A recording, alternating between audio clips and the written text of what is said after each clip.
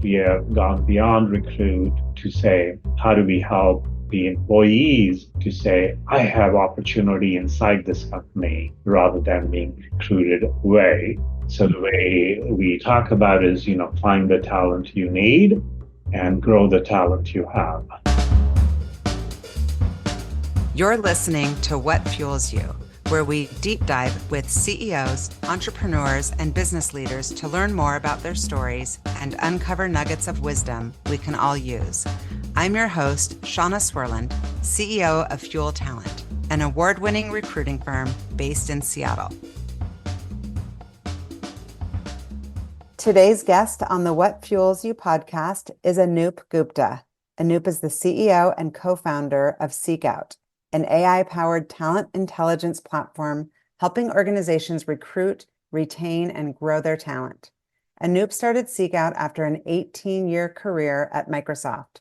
During his tenure, Anoop was the corporate vice president of the multibillion-dollar unified communications group, Skype Exchange. He was also the TA to Bill Gates, advising on technology and product strategy. And as a distinguished scientist at MSR, he led work on AI, natural user interfaces, and telepresence. Prior to Microsoft, Anoop was a tenured professor at Stanford University, and he holds a Ph.D. in computer science from Carnegie Mellon University. Oh, no big deal. Welcome, Anoop. So good to see you. Thank you, Shauna. It's so nice to connect. Happy New Year. How are you? Thank you. Thank you. I'm going to hit you with rapid fire. My first question is, what would you consider like the best compliment you could receive? The best compliment would be that I am kind, I am authentic, and I care deeply about what I'm doing and making a difference. Well, I would say check, check, and check. I've known you for a long time now, and I would say 100% on all of those things. Is there a book or a podcast that you're reading or listening to right now that you are excited about, or that you've just basically lately, meaning in the last year? Actually, as I was telling you, we went to Peru for the holidays, and the book I took with me was The Righteous Mind, and it is by Jonathan Haidt, Haidt. It is about, a book about morality and how, we think we are in the right. This shows a human tendency and not totally understanding the other people's point of view. And it is a fascinating book, given our politics, given our this thing. I always say, how can they ever think that? And this book enlightened me a little bit on where other people may be coming from, how people shape their politics. As liberals, some of us may shape it based on what is fair. Are we hurting somebody else? Other people bring, religion and the authority figures and structures and how they define and the tribe mentality. And all of those are not just good or bad. They are historically often how we and what happened. So I think it's a fascinating book for people to take a look to. I'm gonna do it. I love it. Yeah. Thank you. What's the first thing that you do when you wake up? When I wake up, the first thing is I spend around 15 seconds on the phone looking up if anything urgent came up. And then I go and get ready. Actually, before I do anything, I need to have shave, brush, shower, get ready. And that kind of wakes me up. I think the best thing, for me, at least, to really get engaged, even if I have less sleep, is to have a hot shower. I think that's the biggest convenience invention of the modern world. Me too. I'm all about my morning shower. I get in the shower before the gym, and people are like, why'd you shower? I'm like, because I was asleep. Yes. Yeah, it's the best. What's a guilty pleasure junk food item if you could just be like, oh, this will make me healthy, but it's so good and so naughty?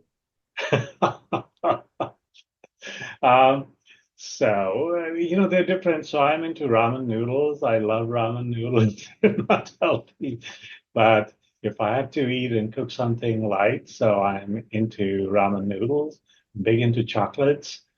France's chocolates are a big guilty pleasure, and I consume lots of their salted caramel. Oh, those are beyond. Those are so good.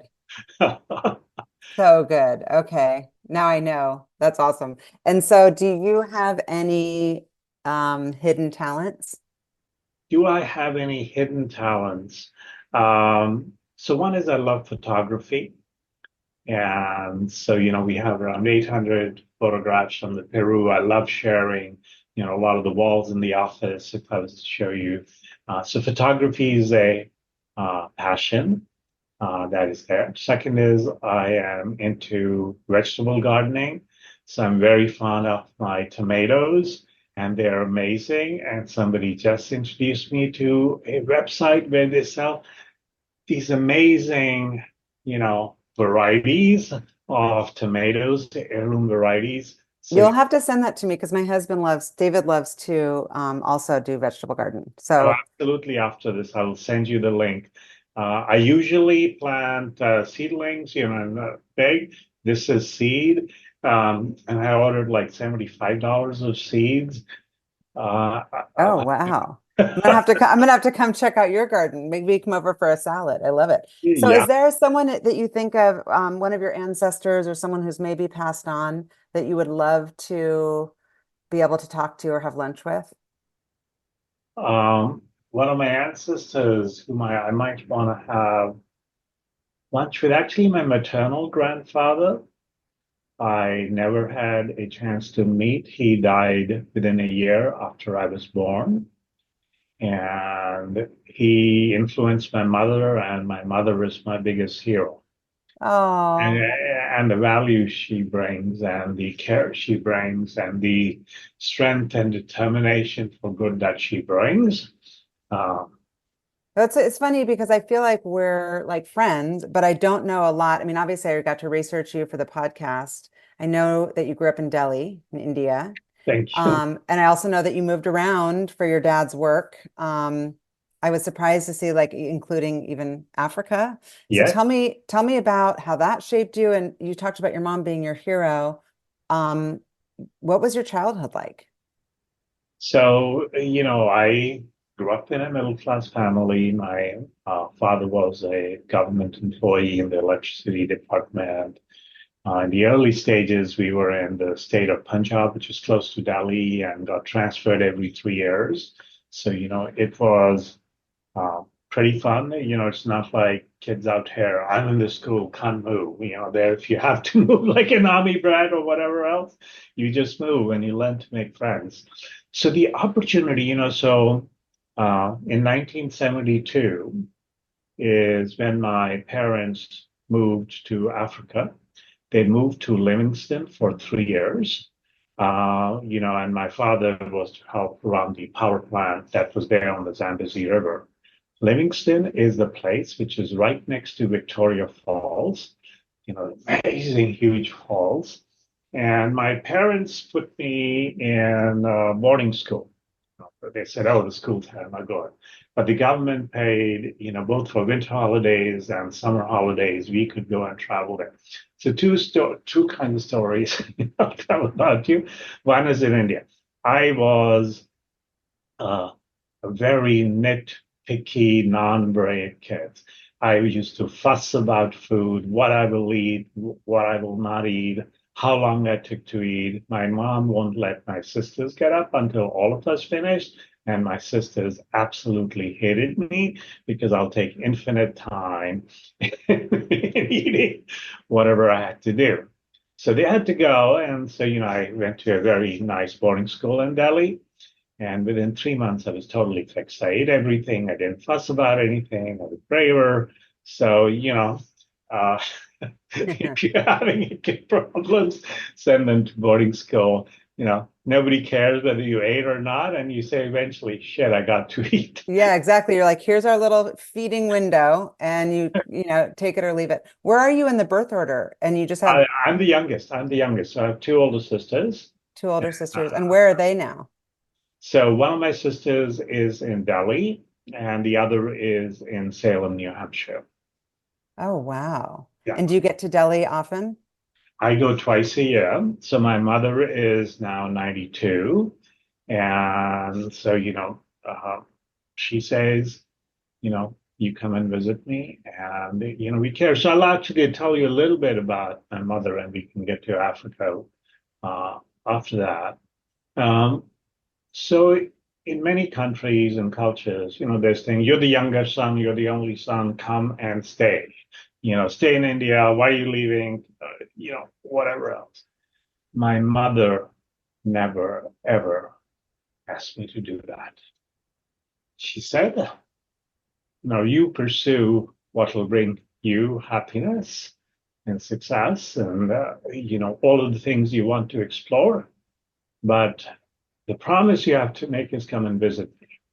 Oh, I love that. Well, I'm guessing school was kind of your thing because obviously you went to these incredibly impressive, like prestigious colleges, including the PhD. Like, what was schooling like there compared to like how you've raised your kids?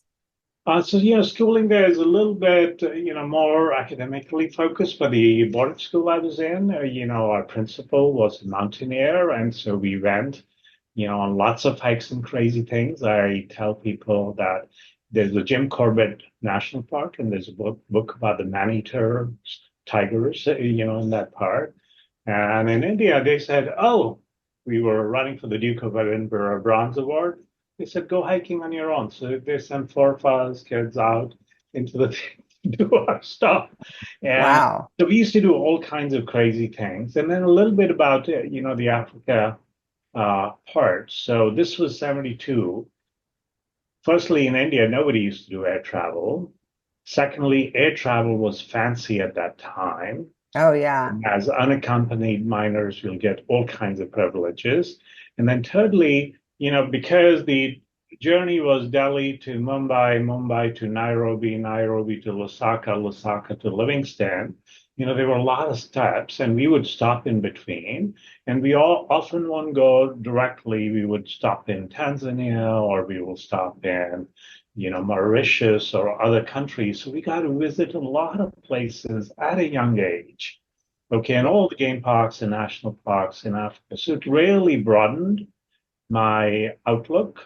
Oh, And yeah. Your whole worldview is like, yeah, the worldview compared to other things really broadened. And then what I did was end of high school. I flew from Delhi to Kabul because we couldn't go through Pakistan, and we hitchhiked our way to Western Europe. wow. And it was just amazing. I was on a $5 a day budget.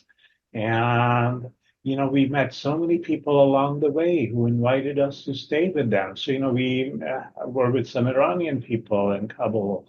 They were studying in India. They said, when you're in Tehran, come and stay with us. Yeah. Oh, I love that. I Yeah. love that. And so you ended up going to Indian Institute of Technology Yes. in Delhi.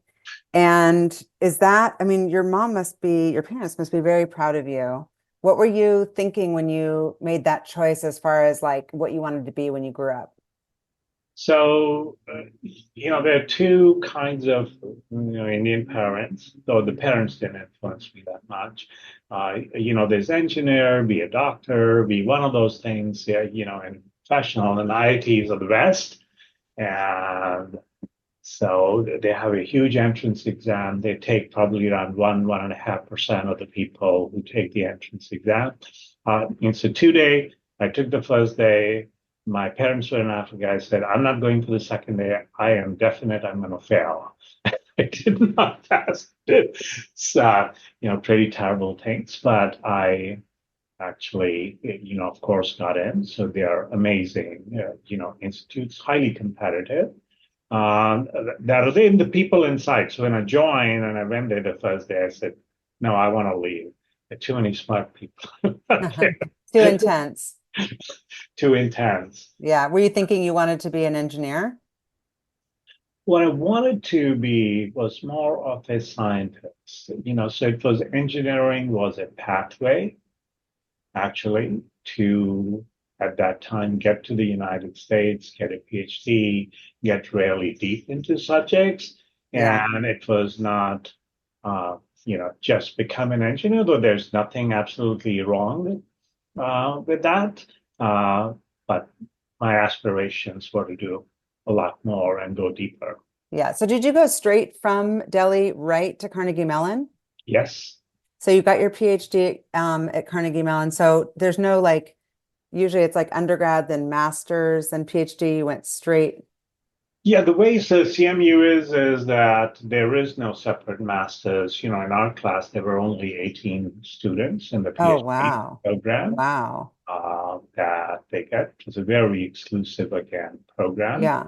and a lot of personalization and, personal attention. So it was a fantastic place for us to go.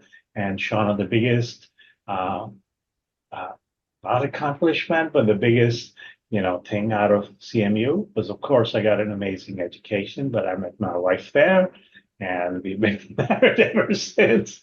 Oh, yeah. And are you guys still in touch with your classmates? I'm sure they've gone on Yeah, to do incredible things. yeah. What an amazing network. So were you thinking, I want to go be an entrepreneur or an operator, but then you went and became a professor? So I didn't know, many people know what they want to do. I didn't know I'll get a PhD. I didn't know somebody will hire me. So I'm very kind of, this syndrome, what would they call it? Imposter syndrome. Yeah. Well, So you're so humble. I mean, for people listening, like obviously recruiting for 30 years, I've seen all sorts of resumes. Your resume is in the like 0.00000, like 1% of just pedigree. I mean, it's just incredible what you've accomplished. And you're so low key about it. So you were a professor at Stanford, Stanford for yeah. 11 years. I went there. So I was very lucky and had great offers, and Stanford was amazing. Stanford was amazing in terms of the colleagues. I worked very closely with John Hennessy, then who was the president for a long time. We had a lot of students. We still stay in touch, and on that side of it. And so, we looked at doing a startup Stanford as a culture of professors go and do startups. It's not about just writing papers, it's about making a difference in the world. And so in 95, late 95, we decided to do a startup in the streaming media business. So it was just the days of the internet, the Netscape browser had just come out, the Internet Explorer was just coming out. So myself, a couple of my students, and then Diane Green, who later attended, VMware, did that startup. And it was a lot of fun. It was a little crazy. We were all too young. We didn't know as much on how the world operates. There was a lot of, when I actually go and talk to people now, I said there was a lot of me versus we. Uh, at that stage of life, but we were, acquired by Microsoft in July 97. And then I spent 18 years there. It was an amazing experience. Yeah. Tell me some of your key takeaways. I heard one that you just said just about like, transitioning your mindset from me to we. But Microsoft, you were there at such an incredibly exciting time and for such a long period. I've seen a lot of people who just kind of never leave, right? They're still at Microsoft. I'm sure you're in touch with a lot of them. Yes. What were some of your takeaways as now you're founder and CEO of SeekOut, which we're going to get to, but it gives you an opportunity as a CEO and founder to create a culture and a mindset of your own. What things did you take away from your experience at Microsoft from a culture standpoint? So I think Microsoft at that time used to be a lot of different cultures. Steve Ballmer was CEO. When I left, Satya had just taken over as the CEO. And I worked closely with Bill Gates and all of the antitrust that was happening and how that impacted him. So if you would recall an image from that era of Microsoft is, a lot of guns pointing internally at each other, a lot of internal competition, for resources, big teams and everything else.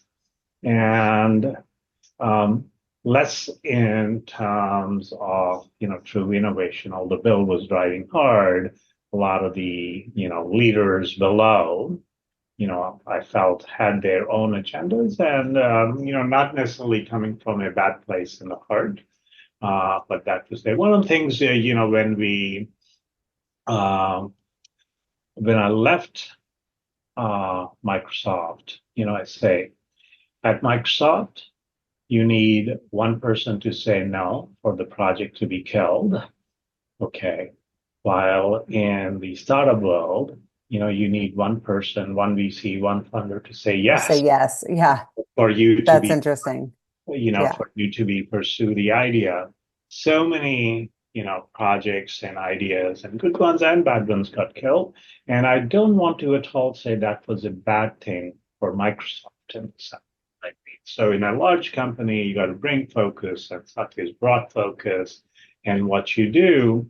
But there was a deep desire in me to, go out and explore this thing. Ubers were happening and all kinds of Oh crazy yeah. things Yeah. I mean, were you had some significant roles. I know you were technology assistant to Bill Gates. Like, what does that mean to people? I've heard people say get Bill ready. Like, there has to be a certain way of conducting yourself and working at that level. Um, what did that mean to you? And tell me about that job. Yeah, no, sure, sure. So the way to think about is, there are a lot of different things that Bill does, right? So it means he does a lot of product reviews, okay, because he is deep into products. He goes and makes a lot of visits. He used to go to Comdex and CS and a lot of things. Bill does, his Think Week is very famous, and I think it came out in a Netflix. But he goes away for a week and reads a lot of stuff. Okay. So I'll give an example from Think Week because it might be. So if he's going away for a week and reading a lot of stuff, a request is made to all of Microsoft, and otherwise, what should he go and read? So my job was to read everything in advance. I had a very good idea of Bill's interest, what's top of mind, and then select the things that actually went to him for reading. So Wow. I had to go and do all of that, or if people were coming for product reviews or other kinds of things, I would talk to them and tell them and advise them and how it could be better. I used to run for many parts of it, the Microsoft SLT, so that is Palmer and all the top level leaders and what the agendas and the topics and how we should have many of those meetings. And, that was good. Sometimes, and I'm sure Microsoft people, at least at that point, any large effort you do, you say how smooth and, how they make decisions must be. In general, in any corporation at any level, one of my learnings was there was a lot of sausage making that happens, and the large companies are no different. Yeah. So, learning about all of that and how they operate and thinking, was really important. And there were many kind people who gave me opportunities to learn, which was wonderful. Yeah. How did you navigate that when you talk about that culture of like, not like dog eat dog, but a little bit, super competitive, but you're trying to get projects done, get things across the finish line, not be bureaucratic. Um, is it to over communicate? Or like what did you learn as far as how to communicate with others and influence? Because I think that I'm watching Seek Out, I've been watching since day one and we can get to it, but you've just really blown the company up so quickly. And I'm guessing part of that is persistence, but also being, so approachable and so humble and so easy to communicate with. Yeah. So Did you learn that, or is that like, that's just who I am? now that is who I am, but I learned a lot of things too. So the general thing is, if you're trying to make something happen, okay, one is you need to communicate, but the communicate is you need to understand the stakeholders. You need to understand their interests, where they're coming from. You have to make the case in a way that is, beneficial to them and their agenda in some sense. So I learned a lot about understanding and reading the stakeholders and communicating to them, making the case to them. And that is not a bad thing. That is a good skill, right? Oh, for All of sure. us, whether we're talking to our spouse or our children, we are always trying to sell our ideas to them 100%. and understanding that. And one of the actually, so now I'll go on a little tangent. Another book which I should have read a long time ago. I read Chris Voss's book, Never Split the Difference. So Chris Voss used to be a negotiator for the FBI for Yep. the hostages Hostages. Yeah. and everything else. And he talks about how everything is a negotiation in some sense. And how do you elicit and understand and communicate and what you do? It's a brilliant book that people should go and read if they haven't read it already. Yeah. I've heard great things about it. I haven't read it, but I've read little clips from it, and it's actually been recommended. So I appreciate that. I always love getting nuggets. So you talked about having like a little bit, the Ubers starting and these other companies and having this entrepreneurial bug. What was the was there a moment of like, okay, I have to do this? I always love hearing those origin stories. Like, did you have like an idea and then you go find who you're going to do the idea with, or you're having drinks with friends or on a hike with friends and it's like, oh, we should do this? Like, how did the business So, come to be? And tell me about your co-founders. so my co-founder, main one when we started was Arvind Bala. He used to be the dev manager for the group that I was leading. And, Yeah. we were trying to bring some big changes around. And he had an entrepreneurial spirit, wanted to do it. He was the loveliest person in terms of kindness and integrity and smarts. I've worked with a lot of smart people, from Stanford's and other places, but his ability to get things done, to build things, to build prototypes was just amazing. So we both decided that we're gonna quit. And the way I, sometimes have talked about it, Shona, is that at Microsoft, they give you an 18-wheeler and they say, drive around and find innovation, right? So find innovation because it has to be big and huge and everything else. And what we wanted to do and start with is start on a mountain bike to be able to explore the nooks and crannies of the landscape. And we understand it is very hard, skin our knees. It's not like driving around in this comfortable big rig. That is there, and that is what we wanted to do. And, we want to thank Microsoft for giving us the financial background. So we said we can take off. And we didn't take off, with a specific idea. We knew we had so many ideas amongst us. And then we spent the first 3, 4 months actually playing a lot of tennis, playing a lot of long lunges. And, we'll come up with ideas. We had a methodology for testing those ideas, and then we'll reject those ideas. And in fact, SeekOut started as a messaging company Yeah. and not as a talent company. Yeah, I know. That's crazy. And when you're having these conversations together, how much of it is not like getting a prenup, but like almost like, hey, we're going through pre-marriage counseling. Like we got to work through like, do we want the same things? Do we have the same leadership styles? Like, do you complement one another as far as our two minds? Like how much did you just trust your gut and know like, oh, this is a proven person? Or were you like future casting on kind of all the what ifs? Now, in this case, because Arvind and I had worked for quite a while, it was a proven thing. Yeah. He believed in the integrity and the good heart, and they were complementary skills. I don't code any. I've coded and everything else. I don't code any longer. Yeah. Does that part of it, but he has a business mind too, and I am deep technologist too, and I Yeah. understand what's possible, not possible, what's interesting. So So how did you guys come up with the name? And you said the idea was a messaging platform, not in the talent space. What was the original business and when did it pivot and why? Okay, so the default name that we started with, because we didn't know what we were going to do, was Zipstorm. And in our contracts, you might still see Zipstorm. The company we built was, we said, how do we get people to open up to receiving communications and to reduce spam? So there, the notion was, think about email with a postage stamp, right? So you still get spam in your physical mail, but there's less because it costs actually money. You got to be selective who you send out and how you have conversations.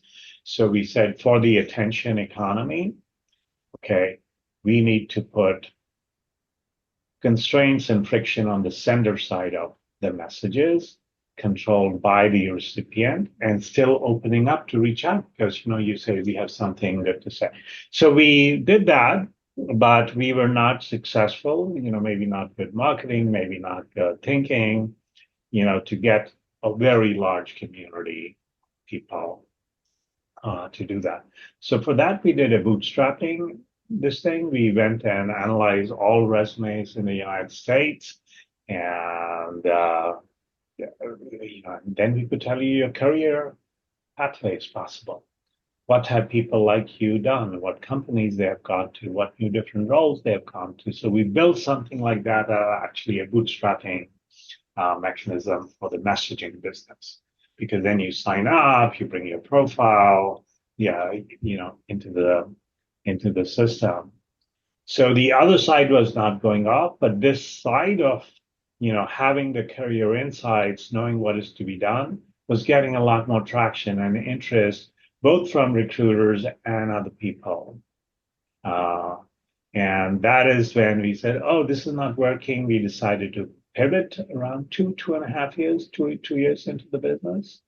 So, and then the talent business then just grew from that. So we said, okay, this is helpful, but then how do we go beyond what LinkedIn does? And so we say diversity, and how do we get GitHub information, and how do we get papers, patterns, jobs, talent pool insights, emails, and ways to contact. And then now, of course, we have gone beyond recruit to say, how do we help the employees in a company to say, I have opportunity inside this company rather than being recruited away. Mm-hmm. So the way we talk about is, find the talent you need and grow the talent you have. Yeah, I like that. And so how did you come up with the name SeekOut? Okay, so we were, so we started the company in the cabana of our house. We were sitting around and we say, oh, you're going to the talent and what names? So it just randomly arose from that. SeekOut, and then the domain is available, and it's very relevant. That's amazing. It's a perfect name. That's why I was like, oh, there's no way that it was available. And so I know the core part of the business, you've got SeekOut Recruit, you've got SeekOut Grow, yes, and SeekOut Assist. Yeah. Tell me about how all of those different businesses work. You started to get into it, but the core part was the SeekOut Recruit, and then you kind of expanded from there. Yeah. So the way to think about it, the motivation is that, talent is foundational to companies, right? And you can't think of talent just as a recruit. You have talent inside, especially, for example, the recent times when the hiring is not so much the budgets are tight. You rarely need to see who you already have in the company. Who can you upscale? What can you do? So let me start with the recruit a little bit, and I'll tell you what migrated us to grow quite easily. And the SeekOut Assist is about the AI part, and it applies to both of those things. So on the recruit side, as I said, we were bringing in lots of different databases, public, profiles, GitHub profiles, and you have to match and build. So there's a very flexible and powerful database underneath. Okay, which is, 1 billion profiles are being updated in real time all the time. There's a lot of noisy data that needs to be cleaned up. There are a lot of inferences that we do about skills of people, about the diversity of people, about the security clearances, all of those kinds of things you want to be able to show. So we built, that, and that is what people love about SeekOut Recruit, the many dimensions that we give them. Then you say when you go inside the company, the interesting thing is people don't understand the employees they have. There was some resume that got some submitted, in an application that got thrown away. So they don't know the history. Then what they've done inside the company, people also don't understand. Okay, because the data is scattered. There's some in their HRIS workday, there's some in the learning management, but a lot of it is in the GitHubs and the Jiras and the Salesforce and the Asanas and all of the other systems. So people don't have the system that we had built for external, okay, was so that all of this internal data can also be very easily integrated in. Plus, we could bring the external information internal very, very quickly. Okay, so that became the foundation, and maybe I'll talk about actually some of our defense customers. Okay, this is really important to them because the defense customers succeed by bidding on projects. So Department of Defense says, hey, to enhance this particular, system, here's $500 million. What you're going to do, but they require you to say, you got to let us know who are the 1,000 people you're going to put on the project, that you have the right talent to go and do this. And they were doing it through spreadsheets because they don't know who are the people coming off the projects. They don't know what are the security clearances. All of it was in different databases and mechanical. So we can bring custom data into the foundation, and that becomes what we call the talent intelligence platform. And then on top of that, we build, solutions for the HR business partners and the business leaders. And then there is the employee side solutions, because we connect to the learning courses, the open jobs, to say, here are the opportunities for the employee, a self-service capability. So employees can discover and be notified of important opportunities they're interested in. Yeah, it's amazing, like to have watched on the sidelines and close up, and obviously using the platform, like it's just been incredible. So when you first started, you considered, I guess, LinkedIn a competitor. Yes. How do you, if somebody's not using SeekOut and they're just curious, like, how does this compare to LinkedIn? What do you say when they ask? And then also, in case somebody's listening that might want to be a customer, is there a minimum size or a minimum number of seats that they need to have, like size company? Yeah. So, in terms of comparison to LinkedIn, we bring a lot of untapped talent, the talent that may not be there on LinkedIn to it, and a lot of inferred properties about the talents as a set. It's a much more, so, you win in that. It is a much more powerful search engine in finding people. It is a way to also contact people beyond emails. So, it is useful in that. So there are many dimensions in which it stands out. And some companies use us as a complement to LinkedIn in addition to LinkedIn, and some companies use us as a substitution for a part of their LinkedIn spend. There are no minimum sizes. So, we have companies, Shauna, like yourselves, which might be small businesses, but, very powerful and very, beneficial to the organizations that might use it. And we have some of the largest enterprises in the world also, using us. Yeah. So And both. what's the business model? So the business model is for the recruiting side, it is a per seat pricing with volume discount. Okay. The model for the SeekOut Grow side is based on number of employees that an organization has as we create opportunities for the employees. And what if they use you for both? Are those like a merged, like? I'm saying is, in enterprise sales, Shauna, it's always a little bit of negotiation. Yeah, of course. Yeah. And tell me about SeekOut Assist. I mean, obviously, having been in the recruiting space for so long, AI is something to pay very close attention to. How does SeekOut Assist work? So SeekOut Assist, like the Microsoft Copilot is a general term we are using on how we bring AI into the recruiting world. So the first thing we shipped is, hey, job descriptions are kitchen sinks. Most people are not good at Boolean and how to construct meaningful searches. You just enter, the job description, paste the job description in whatever ugly format.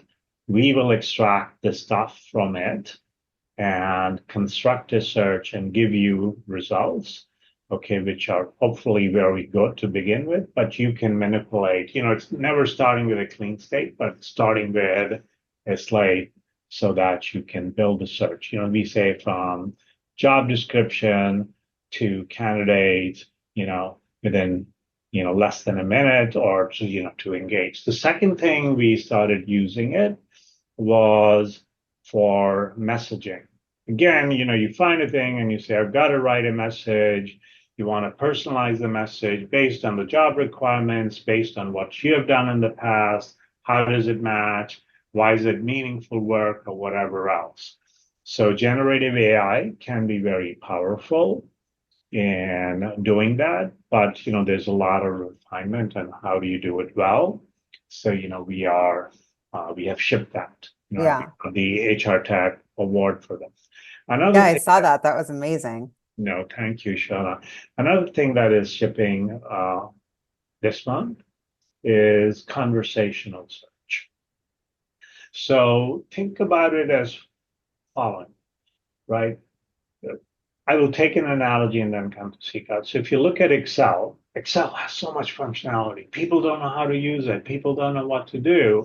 And imagine you could just simply say it in the English language, build me a pivot table. I want to be able to sort and search like this, remove the duplicates. You can do that. And you can do it because Excel is actually very, very powerful as a platform underneath. Just people don't know what it can do. People know 1%, 2%, 5% what Excel can do. Similarly, SeekOut underneath is a very powerful platform in the kinds of searches, the kind of filtering, the kinds of things you can do. And most recruiters know a very small part of SeekOut. So what the conversational search lets you do is expose the whole different capabilities. You can just say, find me people on West Coast cities, find me people in Oh, wow. That's amazing. Because I know you have trainings for Boolean searches and we've done some of the trainings but how cool because you don't have to know all of the different ampersand and this, all the things. I mean, I'm old school. I do know some Boolean searches, but yeah, I'm much more of like a relationship building recruiter yeah, than using all the technology. Wow, that's exciting. yeah. Can a company just use Seek Out Assist without using Seek Out Recruit or Seek Out Grow? No, so I'm saying SeekOut Assist is not a product.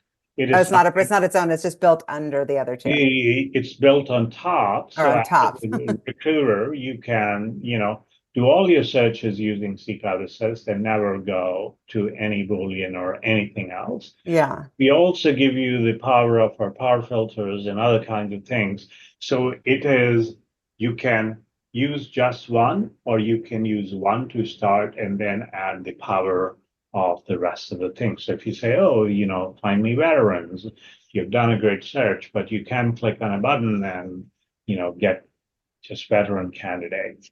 Yeah. So I know that for you, and I love this about you, culture is everything. I read about your culture, practice your values, practice gratitude, work collaboratively, stay curious, lift each other up. Those are all so reflective of, I haven't met your co-founder, but so reflective of your vibe and energy. I love it. Tell me about culture at Seek Out. So culture used to be something theoretical to me when I was in Microsoft, things you put on the website or whatever. And it really hit us when we went into COVID we went all remote and we said, let's start getting together. And we said, in this time when there is a lot of pain for people, let us start with, we had weekly all hands meeting. We started spending the first 15 minutes on gratitude. And the whole thing is that our mindset, the approach we take to problem, the approach we take to circumstances matters. Okay. 100%. And that is where gratitude and kindness has served us so well. How people became vulnerable, people told stories, how we came together, and the culture propagated as we grew because people learn from stories. People learn what culture is from the stories that people tell. And to this day, we have that practice. So, we can leave it there, but, that is what made it real. It was real stories, it was real people, it was real how people behave. And that is what culture is about, and how you're on a common mission to make a difference, make a positive difference. Yeah, I've only heard of people loving working there, so I'm not surprised. And I know obviously you've achieved incredible success, so many awards as a CEO, as a company, and the whole unicorn status, all of it is super exciting. Where do you go from here? So, the whole Gen AI thing, Gen AI is actually very exciting to us. And you'll say why. So I'll give you a very simple, perspective.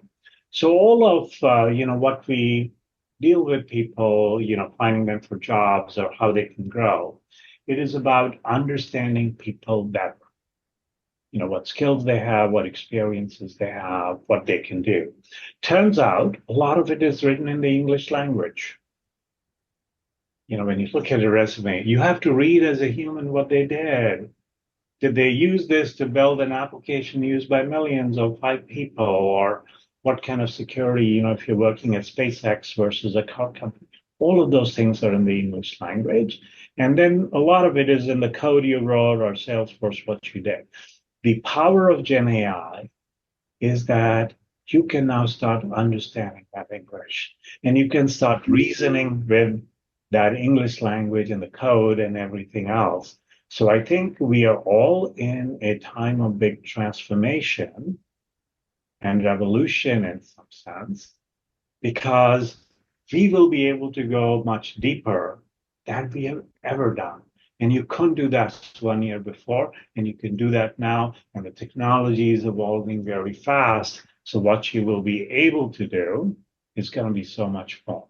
So that is, so AI not as a theoretical as a buzzword, but there are some deep changes that are going to happen, and we are excited to be at the forefront and enabling and bringing those changes to life. Yeah, I'm excited to continue to watch and cheer you on. My final question for you before I say goodbye is, what fuels you? It's a very deep question, Shauna. I've been blessed in life in many ways, so it is a question I ask. What drives me and what do I care about? So I think there are 3 things.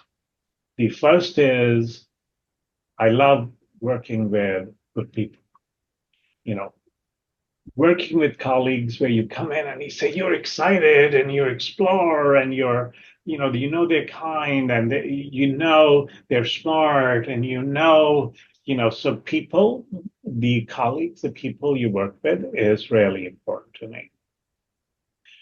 The second thing for me is, are we innovating? Are we bringing something new? Are we generating new capabilities? I think that innovation is very important. And that is my background. That is what I've done. That I believe is my superpower in some sense. So leveraging that is really important. And the third thing is, it is not just innovation, it is making a difference. So that is the business side of it. I don't want to just create something. I want to make a difference in the world, right? So that side is the third one. And all those three, I think, are the drivers for me from a business side. Thank you for listening to the What Fuels You podcast. If you'd like to check out past episodes to hear from more business leaders, go to fueltalent.com/podcast. And if you have a minute, please leave a review and rating on your favorite podcast app, or share this episode with a friend or colleague. Please share any feedback or interview suggestions for other guests by sending a message to podcast@fueltalent.com.